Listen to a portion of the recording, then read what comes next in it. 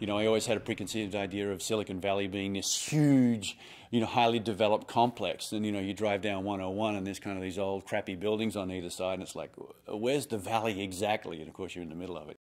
Hi, I'm Al Ramadan and I'm an advisor and board member for early stage ventures here in Silicon Valley. It means I work with young companies and entrepreneurs to develop their business, you know. I've been through the sort of the cycle from small to big a few times and have fallen down a few of the potholes and helped these guys, you know, develop the companies, develop the business model, develop the strategy, positioning, help the entrepreneur with their lives and those sorts of things. I do wear flip-flops to work every day. It's a part of my dress, and in fact I've got a long sleeve shirt on today and that's very unusual. I normally have a short sleeve. And I've got a collar too.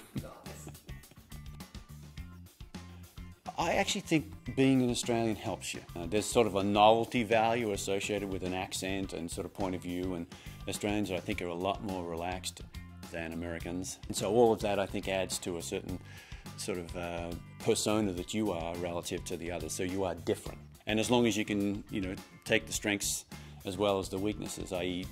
amplify the strengths, then I think you can be super successful here. The way you do business and the approach to business here is different. It's faster, it's more formalized, the processes are more formalized, networking is a much more important part of business here than it is, I think, in Australia. Failure is almost an inherent part of success. You learn so much, you know, in the process, and ultimately you want the outcome to be good, but it isn't always. And there are 50 projects I've started on, you know, 20 or 30 of them haven't succeeded. Inside of a big company like Adobe, that's just typical. And so the idea is to try and fail as early as you can, or, you know, accelerate the ones that are doing pretty good. There's been a few high points, to be honest. You know, I think we won gold for the Quokka Sports NBC coverage of the Olympic Games in Sydney. Another high point was when we sold Macromedia to Adobe. You know, it was a $3.6 billion transaction, one of the biggest transactions in software history. Low points? I think Quokka going out of business was probably the biggest low point in my life. We'd achieved some incredible things along there, including almost $1 billion market cap. If you say it fast enough, it doesn't really sound like a lot, but $1 billion has got 9 zeros in it, so it's a big number. And for it to go away, it was really challenging. Coming to terms with reality is really important, and if it hasn't been successful and it has failed, i.e. it didn't achieve its goals, then you just got to move on.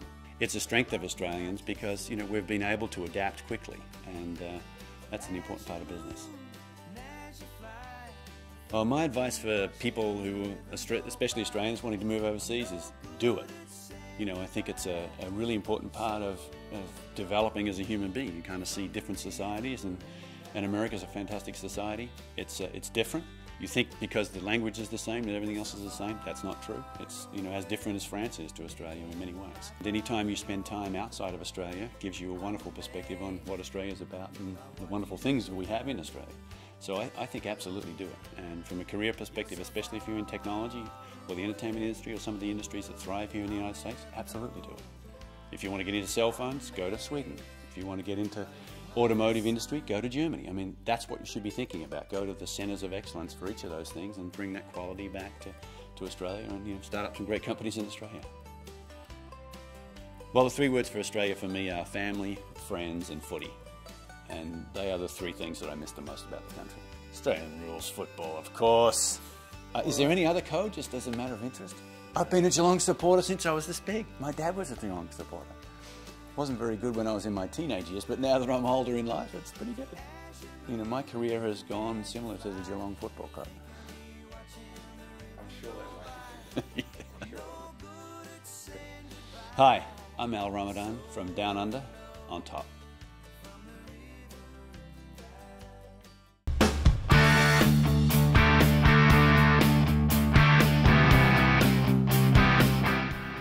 Yeah. What are you talking about? She has men don't become men.